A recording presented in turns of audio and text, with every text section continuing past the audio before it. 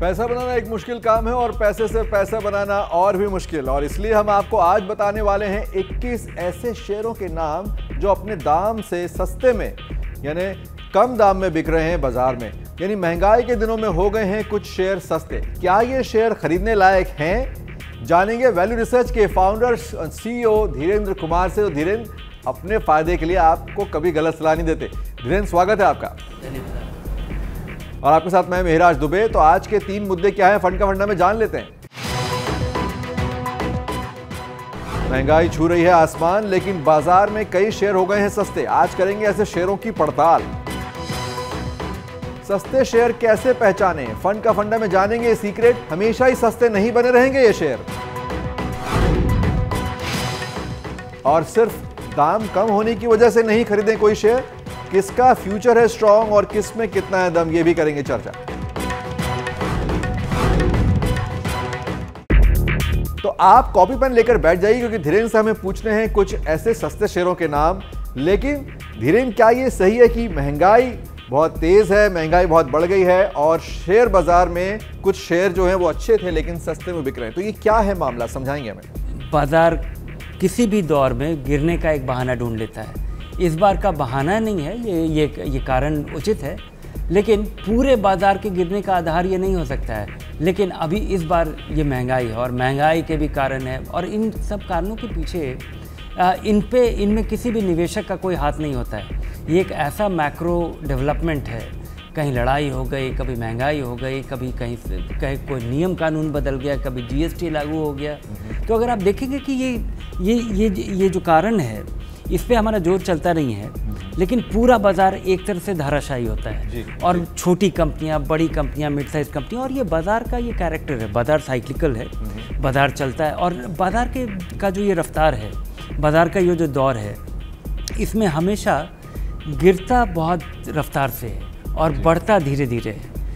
यही नहीं, ये जो गिरावट का जो दौर होता है वो कम समय का होता है, जो बढ़त का दौर है वो लंबे समय का होता है। इसलिए इस तरह के मौक़ों को गंवाना नहीं चाहिए। इस मौके से फ़ायदा उठाने का यही तरीका है कि ज़रा सावधान रहिए। कुछ भी खरीदने से वो नहीं बढ़ेगा।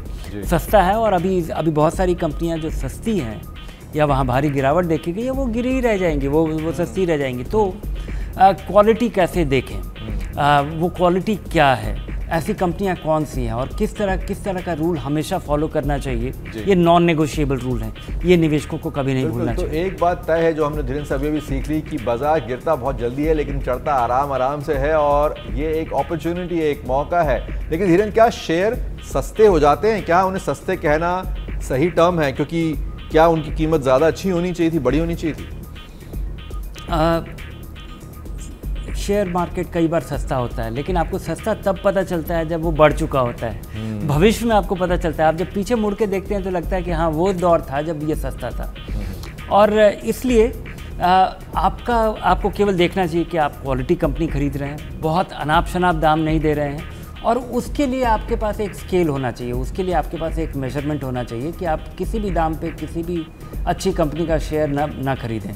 और वो क्या आधार होगा, ये नियम आपको अपने लिए खुद बनाना है।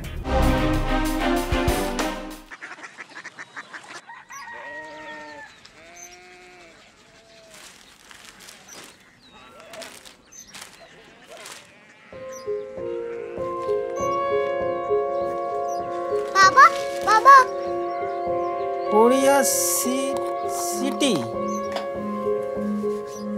जानी ना?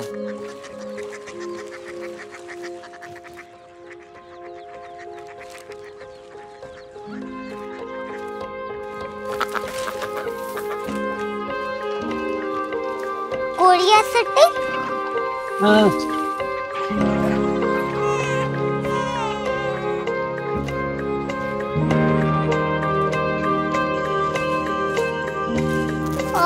कोरिया सिटी कहाँ पे है? शहर अंग्रेजी लगे हैं।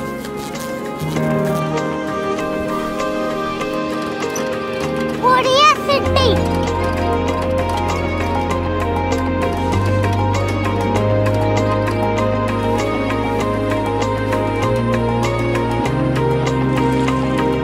वो बहुत दूर है।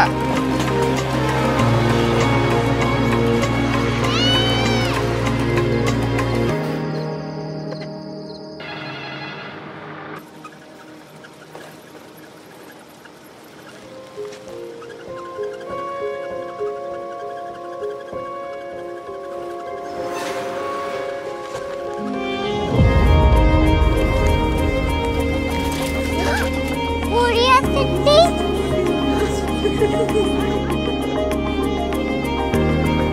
दुनिया को कुछ लोग बड़े होते हैं। क्यूरियोसिटी कहाँ है? प्रोफेसर साहब को पता होगा। हो, ये छोटा वाला ग्लोब लगता है और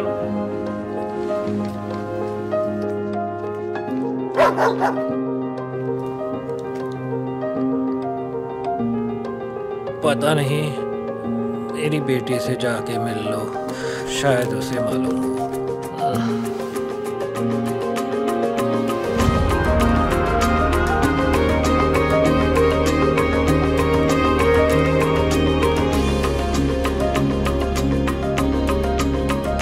हाय, बाबा ने भेजा है। Come here. Curiosity. Korea city नहीं, क्यूरियोसिटी। वो क्या? That's what brought you here? जो तुम्हें यहाँ तक ले आया। क्यूरियोसिटी।